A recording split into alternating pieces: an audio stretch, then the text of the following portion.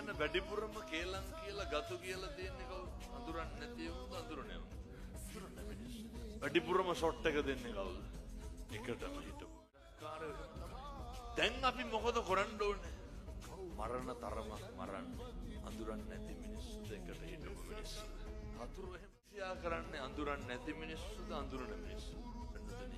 අපිට ඊර්ෂ්‍යා කරන්නේ අපේ සමකාලීනයෝ. අපි අය මෙහි ඉඳගෙන බිල් ගේට්ස් ඊර්ෂ්‍යා කරනවා. නෑ. යාර අපිට ඊර්ෂ්‍යා කරන්නේ අපේ පැලැන්තිය කෙනෙක්. ඒ මනුස්සයාට එහෙම තමයි. ඒත් දැන් පොඩි හරි වෛරක්කාරයෙක් ඉන්නවනම් ඒ ඇති කරගන්නයි වෙලා. මේ මනුෂ්‍ය ආත්ම භාවයක් ලබන එක දුර්ලභයි. දුර්ලභ වෙලා හරි ලැබපු මනුෂ්‍යයන් තුලින් කරන්න ඕනේ පිටු. වෙලා තියෙන අකුසල කර්ම යට කරලා කුසල ධර්මයන් නිස්මතු කරගන්න.